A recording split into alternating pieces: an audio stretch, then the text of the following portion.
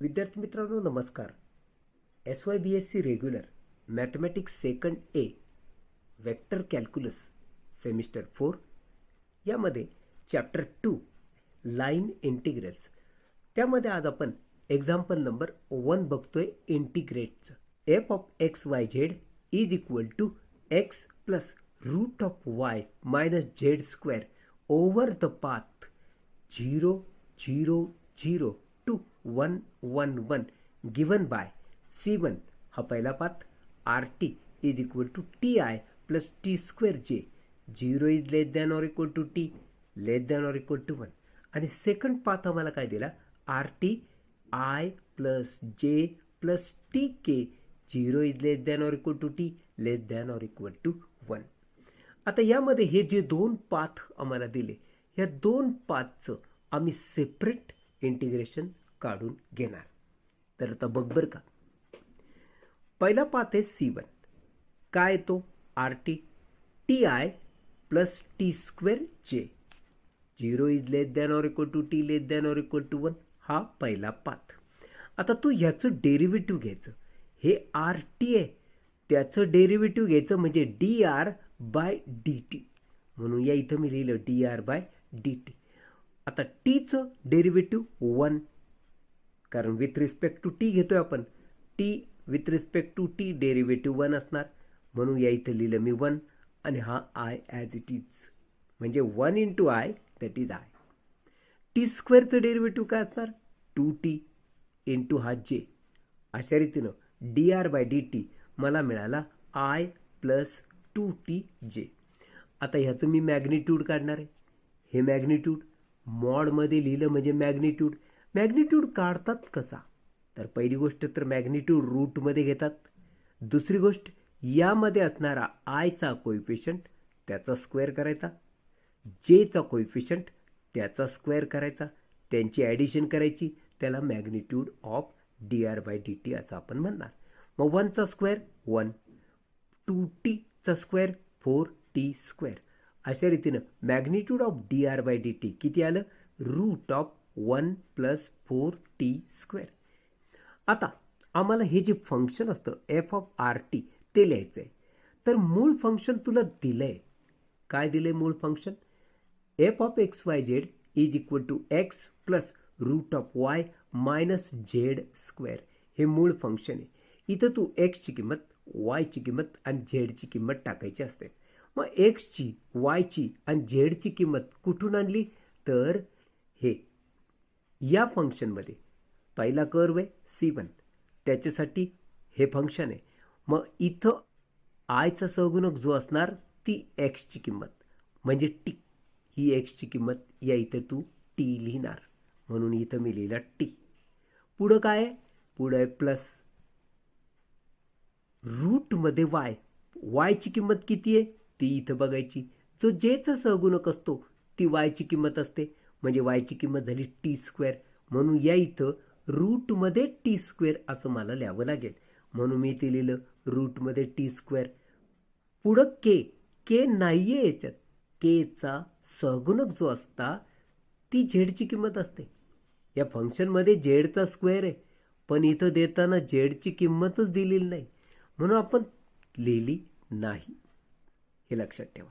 तर ही एक्सची किंमत ही वायची किंमत मूळ फंक्शनमध्ये ठेवली आणि तुला माहिती आहे टी स्क्वेअरचं वर्गमूळ असतं प्लस ऑर मायनस टी. हा तर T me as it is ठेवला पण हा मॉडमध्ये का ठेवला कारण त्याचं वर्गमूळ प्लस ऑर मायनस टी असतं. प्लस ऑर मायनस आपण मॉडने डिनोट करतो. मग आता प्रश्न असा येतो हा टी प्लस घ्यायचा की मायनस घ्यायचा तर त्याचाही खुलासा होईल. हे जे आम्हाला दिलं ना 0 is less than or equal to T less than or equal to 1 त्यातला हा पहिला भाग बघ. हा भाग असं सांगतो 0 is less than or equal to t. मग याला जर उलट करून लिहिलं तर ते तू असं लिहिशील T is greater than or equal to 0 आणि यातून स्पष्ट लक्षात येतं टी इज ग्रेटर दॅन 0 म्हणजे टी हा पॉझिटिव्ह आहे. म्हणून आता मॉड ऑफ टी सरळ सरळ आपण प्लस टी लिहायला हरकत नाही. हा टी आहे सो मॉड ऑफ टी म्हणजे टी. आता जर या मॉड ऑफ टीची किंमत इथं जर तू टी लिहिलीस तर काय झालं, टी प्लस टी म्हणजे 2t. आणि अशा रीतीनं एफ ऑफ आर टी तुला मिळालं 2t. Mod of D R by D t तुला मिळालेलं आहे हे, एफ ऑफ आर टी मिळालं आहे तुला हे. आता एका विशिष्ट फॉर्म्युल्यात या किमती भरायच्या. दस line integral F x Y z d s हे ते इंटिग्रेशनचं सूत्र, हे इंटिग्रेशन आहे.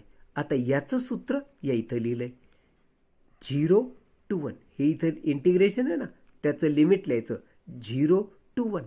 आपण 0 to 1 का घेतलं, हे बघ आम्हाला असं सांगितलं आहे की 0 0 0 to 1 1 1 म्हणजे 0 to 1 0 to 1 0 to 1 हा त्याचा अर्थ होतो. म्हणून मी या इथं लिमिट 0 to 1 घेतलं. हा पहिला भाग. दुसरी गोष्ट, एफ ऑफ आर टी आणि mod of D R by D t या दोन्ही किमती आपण काढल्यात. एफ ऑफ आर टीची किंमत काढली होती आपण 2t. Mod of D R by D T म्हणजे magnitude of D R by D T आपण काढलो तो रूट ऑफ 1 + 4t² आणि हा D T as it is. आता आपण ह्याचं इंटिग्रेशन जर घेतलं तर त्याची किंमत येते इतकी. आणि अशा रीतीनं line integral C1 f of x Y z d S याची किंमत आली 1/6 ब्रॅकेटमध्ये 5√5 - 1. पण आता प्रश्न असा येतो, याचं इंटिग्रेशन हे आलं कसं, तर ते आपण एकदा सोडवून बघू. तर हे बघा 0 to 1 2t 1 + 4t² हे अंडर रूट होतं. अंडर रूट म्हणजे त्याचा 1/2 घात असतो इंटू डी टी. तर 2t 1 + 4t² चा 1/2 घात इंटू डी टी हे इंटिग्रेशन आम्हाला सॉल्व करायचं. आणि त्याची किंमत 1/6 कंसात 5√5 - 1 आली कशी ते शोधायचं आहे. तर हे इंटिग्रेशन आपण सॉल्व करू. ह्याला सॉल्व करायचं म्हणजे सबस्टिट्यूशन मेथडचा वापर करून आपण सॉल्व करू शकतो. ते कसं बघ बरं का. हे जे दिसते तुला 1 + 4t² याला तू मानायचं पी. 1 + 4t² = p. मग याचं डेरिव्हेटिव्ह घ्यायचं. 1चं डेरिव्हेटिव्ह 0 म्हणून इथं लिहिलं ना मी. 4t² चं डेरिव्हेटिव्ह काय येणार, या 2ने याला मल्टिप्लाय होईल म्हणजे 4 × 2 = 8 आणि हा पॉवर 1 कमी करायचा म्हणजे t⁻1 याचाच अर्थ t. म्हणजे 4t² चं डेरिव्हेटिव्ह आलं 8t आणि इंटू हा dt लिहायचा आणि याचं डेरिव्हेटिव्ह dp. सो 1 + 4t² चं डेरिव्हेटिव्ह कसं आलं 8t इंटू dt इकडं dp. मग यावरून हा 8 जर मी dpच्या खाली घेतला तर t dt ची किंमत मला मिळते. t dt = dp/8. मी ही मुद्दाम किंमत का मिळवली हे आपल्याला पुढं कळेल. t dt ची किंमत dp/8 मी मिळवली तर का मिळवली, तर आता बघ बरं का. आम्हाला इंटिग्रेशन असं दिलं होतं 0 to 1 2t 1 + 4t² raised to 1/2 dt. आपण हा t आणि हा dt एकत्र लिहू. हे बघ या इथे लिहिले म्हणजे 1 + 4t² raised to 1/2 हे एकत्र आलं आणि हा t आणि हा dt मी इथं लिहिलं. आता इथं लिहिल्यानंतर याची किंमत मला मिळवणं आवश्यक होतं, कारण मी याच्याऐवजी लिहिणारे p 1 + 4t² याच्याऐवजी लिहिणार मी p. मग हा dt नको, तो पण dp झाला पाहिजे. म्हणून मी या p साठी हा dt dp मध्ये बदलून घेतला म्हणजे तो असा. t dt च्या ऐवजी तू लिहिशील dp/8. मग t dt च्या जागी आम्हाला लिहायचं dp/8, याच्या जागी लिहायचं p. दुसरी महत्त्वाची गोष्ट, हे सबस्टिट्यूशन तर आपण करूच, पण हे जे लिमिट आहेत ना हे t साठी होते. आम्हाला ते जर हे p मध्ये कन्व्हर्जन झालं तर आपण p मध्ये लिमिट कन्वर्ट करायचे असतात, हे पण विसरू नका. मग चेंजिंग लिमिट्स बघा, हा t = 0 आहे तर p = किती आम्हाला बघायचं आहे. हा t = 1 आहे तर p = किती बघायचं आहे आम्हाला. आणि ते चेंज कसं करतात बघून घे.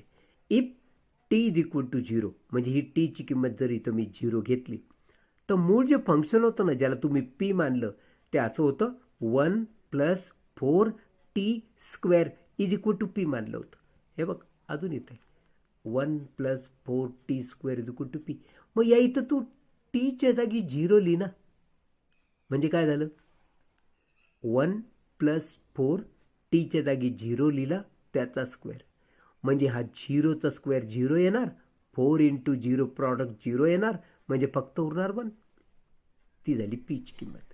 म्हणजे जेव्हा limit t is equal to 0 होतं पी इज इक्वल टू असणार 1. म्हणजे या इथं तू 0च्या ऐवजी लिहायचं आता 1. आता हे बदलायचं आम्हाला. मग टी इज इक्वल टू 1 आहे तर या टीच्या जागी तू जर 1 ठेवला तर 1चा स्क्वेअर 1च होतो. 4 × 1 म्हणजेच 4 होतो. म्हणजे 1 + 4 दॅट इज इक्वल टू होतो 5. म्हणजे जेव्हा टीची किंमत 1 होती तेव्हा पीची किंमत येणार 5. म्हणून या इथं मी लिहिणार 1च्या ऐवजी 5. तर इथं 1 लिहिणार, इथं 5 लिहिणार, इथं पी लिहिणार, इथं dp/8 लिहिणार. असं चेंज केलेलं इंटिग्रेशन या इथं आहे. 1 to 5 2 ॲज इट इज. त्या 1 + 4t² जागी मी लिहिलं p⁻²/2 आणि हे टी डी टीच्या जागी मी लिहिलं dp/8. मग या 2ने जर याला भागलं तर 4चा भाग जातो आणि हा 1 आणि हा छेदातला 4 मी बाजूला काढला तो झाला 1/4. हा 4 छेदात आहे तो मी बाजूला घेतला म्हणजे 1/4 असं लिहिलं. मग आता p⁻² चं मला इंटिग्रेशन घ्यायचं आहे. हे इंटिग्रेशन कसं घेतात. इंटिग्रेशनची डेफिनेशन असे आहे हा जो पॉवर आहे त्याच्यात एक ॲड करायचा असतो आणि हे जे काही येईल त्यानेच डिवाईड करायचं असतं.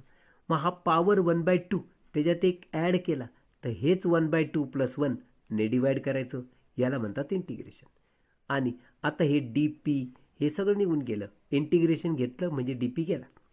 आता p⁻² 1/2 + 1 अपॉन 1/2 + 1 आणि हे जे लिमिट होतं 1 to 5 हे या कंसात लिहून टाकायचं 1 to 5. हा p⁻² 1/2 + 1 किती होतं 3/2. कसं होतं हे 2 × 1 दॅट इज 2 + 1 म्हणजे 3 अपॉन हा 2 म्हणजे p⁻³ मग ही ॲडिशन सुद्धा 3/2च होणार आणि लिमिट आहे 1 to 5. आता तुला जिथं p दिसेल तिथं अप्पर लिमिट 5 लिही. मायनस चिन्ह दे. p दिसेल तिथं लोअर लिमिट 1 लिही. मग हा 1/4 ॲज इट इज आहे. हा भागिले 3/2 जो आहे त्याला आपण उलटून गुणिले केलं म्हणजे 2/3 झाला. हे आलं बाजूला. आता राहिला फक्त p. या pच्या जागी मी 5 लिहिला. हे बघ या upper limit. So p⁻³ minus या pच्या जागी मी आता 1 लिहिणार. सो 1⁻³/2. तर अप्पर लिमिट लिहिलं मायनस साईन देऊन लोअर लिमिट लिहिलं पीच्या जागी आणि अशा रीतीने ह्याला मी आता सोडवणार. तर आता बघा 2 × 1 = 2 2 × 2 = 4 असा भाग गेला. हे झालं 1 × 1 दॅट इज 1 आणि 2 × 3 दॅट इज 6 आणि हे जे 5⁻³ आहे ना याची फोड करायची. 5⁻³ म्हणजे हे अशा पद्धतीनं 5⁻1/2 + 5⁻1 असा अर्थ त्याचा. मग 5⁻1 म्हणजेच 5 इंटू 5⁻1/2 एकाचा किती घात असला तर तो एकच असतो म्हणून -1 ॲज इट इज आला. p⁻1/2 इंटू p⁻1 असं घातांकाच्या नियमाने फोड होते. मग इथं पीच्या जागी आपल्याला 5 समजायचं आहे. मग 5⁻1/2 इंटू 5⁻1 5⁻1 म्हणजेच 5 आणि 5⁻1/2 इंटू लिहून टाकला.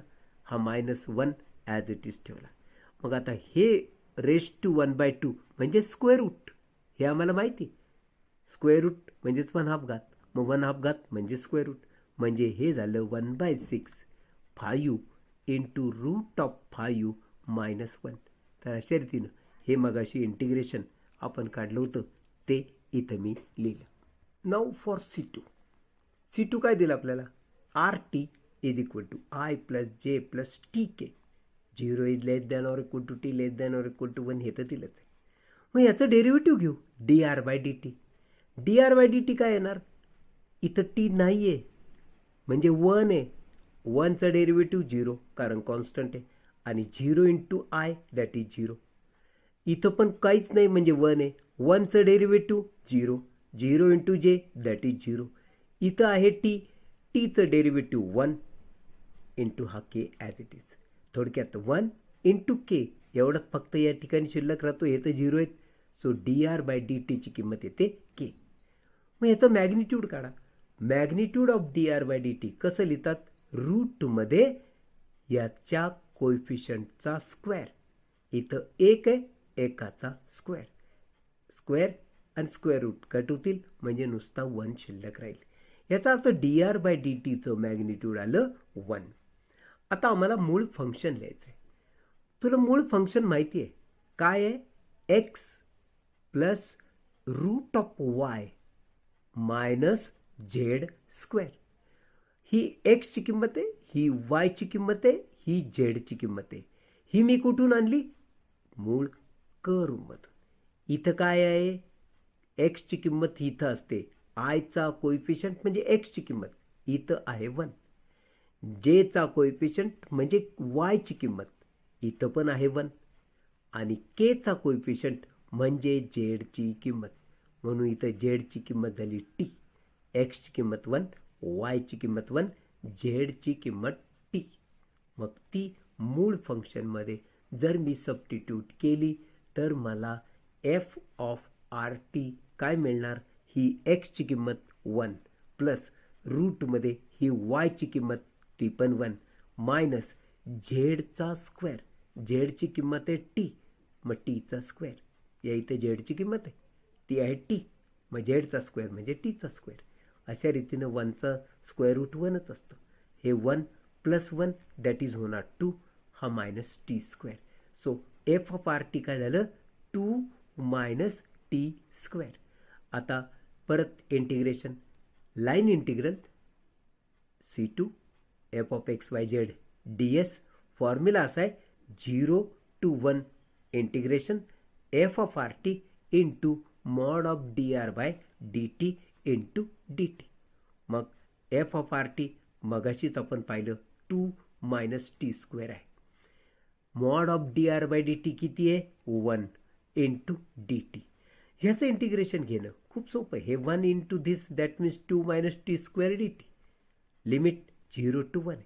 मग आता इंटिग्रेशन कसं घेतात, 2चं इंटिग्रेशन काय येईल विथ रिस्पेक्ट टू टी आहे ना, मग इथे येणार टी दॅट इज 2t. हे मायनस साईन, या इथं जो पॉवर आहे त्याच्यात एक ॲड करायचा असतो असं आपण मगाशी बघितलं, आणि त्यानेच डिवाइड करायचं. इथं 2 आहे, 2 मध्ये एक ॲड केला तर 3 झाला, आणि अपॉन हा 3. लिमिट या इथं लिहिलं मी 0 to 1. मग हा टी इथं अप्पर लिमिट ठेवायचं, मध्ये मायनस साईन देऊन परत हा टी इथं लोअर लिमिट म्हणजे 0 ठेवायचं.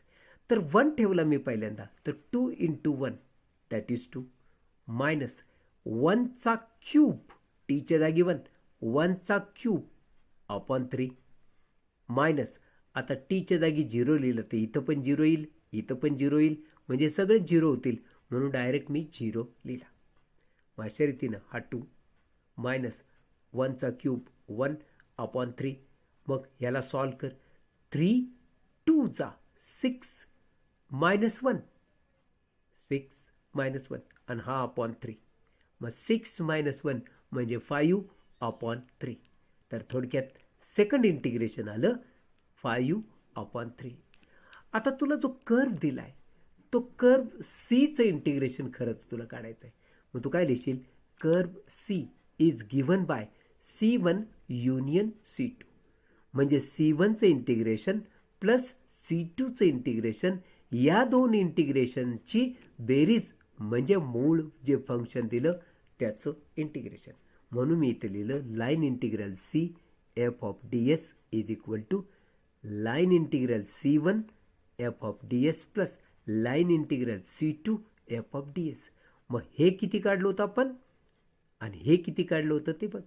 याचा अर्थ line integral f of x Y z d s is equal to line integral C1 f of x Y z d s plus line integral C2 f of x Y z d s. हे आलं होतं बघ 1/6 कंसामध्ये 5√5 - 1. तर हे आलं होतं 5/3. मग हे दोघांची आपण अशा पद्धतीने ॲडिशन करणार आहोत. हे बघ, हे line integral C1 f of x Y Z त्याची किंमत होती 1/6 कंसामध्ये 5√5 - 1 आणि प्लस हे होतं line integral f of x Y Z हे C2 5/3 आलं होतं. आणि अशा रीतीने या दोघांची ॲडिशन करायची म्हणजे हे जे छेदातले 6 आणि 3 आहेत त्याच्यात तुला लसावी काढावं लागेल. ह्याच्यातली मोठी संख्या लसावी असते म्हणून मी इथं 6 लसावी लिहिला. LCM is 6. आता याला 6 1 6 म्हणून वरती 1 ने मल्टिप्लाय केलं तर याला 3 2 6 म्हणून याला 2 ने मल्टिप्लाय केलं तर हे झालं 5√5 - 1. हे 1 ने मल्टिप्लाय केलं तर ॲज इट इज राहणार प्लस याला जर 2 ने मल्टिप्लाय केलं तर 10 होणार. अशा रीतीनं 10 - 1 म्हणजे 9 येणार. सो 1/6 5√5 प्लस 9 आणि मग हा 9 कुठून आला 10 - 1 9. मग आता मी हा 6 याला सेपरेट करतो, हा 6 याला सेपरेट करतो म्हणजे 5√5/6 प्लस 9/6 आणि अशा रीतीनं मग याला भाग दिला तर 3 त्रिक 9 3 2 6 आणि फायनल आन्सर येतो line integral C f of x Y z d s is equal to 5√5/6 plus 3/2. Example second बघ. इथं म्हणलं integrate f of x Y z minus √(x² plus z² over the circle. या ठिकाणी circle म्हटले over the circle RT a cos t j plus a sin t k. 0 is less than or equal to t less than or equal to 2π. कारण तुम्हाला माहिती आहे हा circle आहे, हा सर्कल आहे. याचा अर्थ काय, अर्धा भाग असा 0 to π आणि पुढचा भाग पाय टू परत इथं 2π. हे लक्षात ठेव बरं का. म्हणजे एक सर्कलचे हा जो कर्व आहे आम्हाला 2 वेळेस कसा घ्यावा लागेल. आता given curve C RT is equal to हा RT a cos t j plus a sin t k हे आम्हाला दिलं आहे. हे बघ या इथं. मग याचं जर तू डेरिव्हेटिव्ह घेशील विथ रिस्पेक्ट टू t म्हणजे याचं डेरिव्हेटिव्ह घेशील तर लक्षात ठेव कॉस टीचं डेरिव्हेटिव्ह असतं मायनस साइन टी. हा ए तर ॲज इट इज आहे पण मायनस साइन टी आणि इथं लिहायचं जे प्लस याचं डेरिव्हेटिव्ह म्हणजे साईनचं डेरिव्हेटिव्ह कॉस प्लस असतं. सो ए कॉस टी के हे झालं dr/dt. मग आता तुला मॉड ऑफ dr/dt काढायचं आहे म्हणजे या कोइफिशियंटचा स्क्वेअर प्लस या कोइफिशियंटचा स्क्वेअर रूटमध्ये बरं का. म्हणजे मायनस ए साइन टीचा स्क्वेअर प्लस ए कॉस टीचा स्क्वेअर.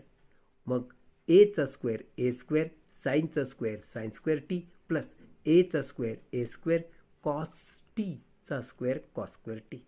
मग अशा रीतीने यामधून जर आपण ए स्क्वेअर कॉमन काढला तर sign square T plus cos square T कंसात शिल्लक राहतो. आणि तुला हेही माहिती आहे की sign square T plus cos square टीची किंमत तर एक असते. ए स्क्वेअर इंटू एक दॅट इज ए स्क्वेअर. आणि ए स्क्वेअरचं जर वर्गमूळ घेतलं तर ते प्लस ऑर मायनस ए येणार म्हणजे मॉड ऑफ ए येणार. इथपर्यंत तुला कळलं. हे झालं mod of dr/dt mod of A. आता फंक्शन जे होतं F of x Y Z ते तुला दिलं होतं -√(x² प्लस z². हे मूळ फंक्शन. आता इथं तू एक्सची किंमत ठेवायची झेडची किंमत ठेवायची तेव्हा तुला एफ ऑफ आर टी मिळेल. म्हणजे एफ ऑफ एक्स वाय झेडचं रूपांतर एफ ऑफ आर टीमध्ये करायचं असतं. आता हा एक्स आणि हा झेड यांच्या किमती आम्हाला कुठं मिळणार तर आम्हाला किमती मिळतील आर टीमध्ये. हे बघ हा आर टी काय सांगितलेलं आहे ए कॉस टी जे. आयची टर्म नाहीये तिथं, म्हणजे कोण नाहीये? एक्स नाहीये. एक्स किती आहे? 0. ही जेचा कोइफिशियंट आहे म्हणजे ही वायची किंमत आहे. हा केचा कोइफिशियंट आहे म्हणजे ही झेडची किंमत आहे. तर लक्षात ठेव, ज्या अर्थी याच्यामध्ये आय दिलेला नाही म्हणजे एक्स 0 घ्यायचा मूळ फंक्शनमध्ये. आता आम्हाला मूळ फंक्शन काय दिलेलं आहे? -√x² + z². इथं वाय नाही आहे, त्यामुळे वायचा काय उपयोग नाही. एक्सची किंमत किती आहे आमच्याकडं? 0. झेडची किंमत आमच्याकडे किती आहे? ए साइन टी. म्हणून झेडचा स्क्वेअर म्हणजे ए साइन टीचा स्क्वेअर, म्हणजेच a² साइन टीचा स्क्वेअर म्हणजे साइन स्क्वेअर टी. मग वर्गमूळ जर घेतलं, हे वर्गमूळात आहे, वर्गमूळ घेतलं तर हे मायनस साइन तर आहेच आहे. ए हा प्लस और मायनस ए येणार, म्हणून मॉड ऑफ ए लिहिला. साइन टी जसंच्या तसा. मग आता मला सांग, एफ ऑफ आर टी झालं minus mod of a sine t. मग एफ ऑफ आर टी तुला दोनदा लिहावं लागेल, कारण मी तुला म्हणलं ना हे सर्कल आहे. एफ ऑफ आर टी दोनदा कसं लिहायचं? एकदा मायनस ए साइन टी, तर दुसऱ्यांदा ए प्लस घ्यायचा sine t. 0 is less than or equal to T, less than or equal to pi. हे मी तुला सांगितलं होतं. हे 0पासून सुरू झालं, असा सेकंड क्वाड्रंटमध्ये आला, या ॲक्सिसवर आला तर इथं पाय असणार. आणि मग पायपासून परत इथं जर आला तर तो होतो पाय टू 2 पाय. म्हणून आपण हे लिमिट दोन याच्यात विभागले, 0 टू पाय आणि पाय टू 2 पाय. हे लिमिट घेताना लक्षात ठेवायचं, हे फर्स्ट कर्वसाठी लिमिट घ्यायचं 0 टू पाय आणि सेकंड कर्वसाठी घ्यायचं पाय टू 2 पाय. आता तुला ते लाईन इंटिग्रल काढायचं आहे. Line integral f of x Y z d s is equal to 0 to 2 pi f of r t into mod of D R by D t into d t. पण हे जे आहे हे मी तुला मगाशी म्हटलं की दोन ह्याच्यात वाटायचं आहे तुला. तर 0 टू पाय हे पहिलं लिमिट, तेव्हा एफ ऑफ आर टी घ्यायचं minus mod a sine t into हा d R by D t mod a d t जसाच्या तसा. हे झालं फर्स्ट कर्वसाठी. सेकंड कर्वसाठी तुला लिमिट घ्यायचं आहे पाय to 2 pi. F of r t होणार बघ mod of a sine of t into ह्या डी आर बाय डी टीची किंमत mod of A into d t. 0 to pi minus mod of A square sine T D t plus pi to 2 pi mod of A square sine T D t. आता इथं mod of A square का झाला, इथं पण mod of A square का झाला ते बघून घे. हे बघ, या इथं हा मॉड ऑफ ए, परत इथं मॉड ऑफ ए, म्हणजे मॉड ऑफ ए म्हणजे mod of A square sine T D T, negative sine मात्र तसं. तर इथं पण mod of A into mod of A म्हणजे mod of A square sine T D. मग इंटिग्रेशन 0 टू पाय. आता तू इंटिग्रेशन घेतोय, हे कॉन्स्टंट असतं ते तसंच तसं राहील. साइन टीचं इंटिग्रेशन असतं मायनस कॉस टी, आणि हे जे लिमिट आहेत हे इथं कंसाचे इथं लिहून टाकले, हे प्लस परत हा मॉड ऑफ ए स्क्वेअर जसाच्या तसा साइन टीचं इंटिग्रेशन असतं मायनस कॉस टी.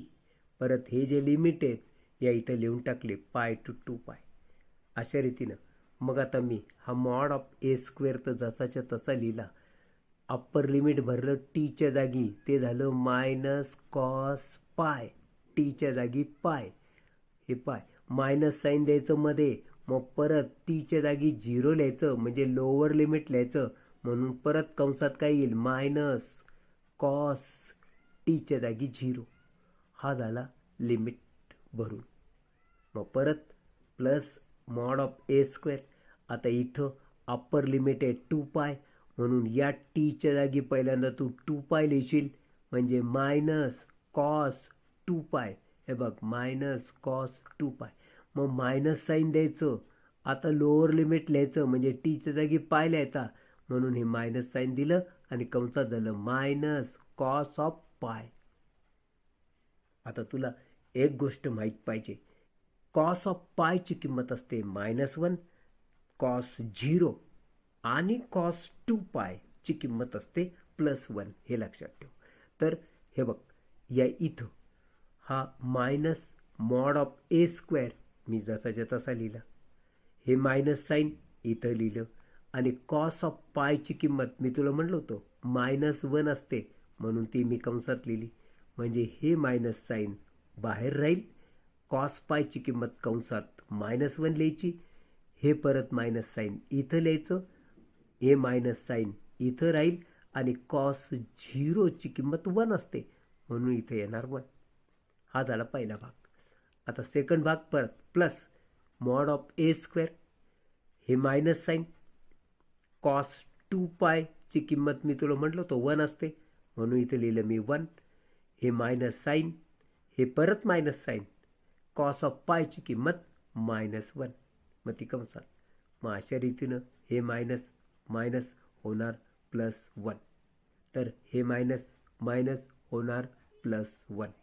अशा रीतीनं या चौकोनी कंसात येईल 1 + 1. हा बाहेरचा -a² जसाच्या तसा. मग परत हा मॉड ऑफ a² लिहिला. हे -1. हे मायनस मायनस +1 झालं तर परत त्याला मायनस निगुणलं तर मायनसच होणार. म्हणजे -1 -1 होणार. अशा रीतीनं हा गुणाकार आला +2 × -a mod a² -2 mod of a². तर हे मायनस मायनस -2 म्हणून इथे लिहिलं मी -2 × हा मॉड ऑफ a². अशा रीतीनं -2 mod of a² -2 mod of a² म्हणजेच -4 mod of a². This is the required line integral f(x,y,z) ds is equal to -4 mod of a².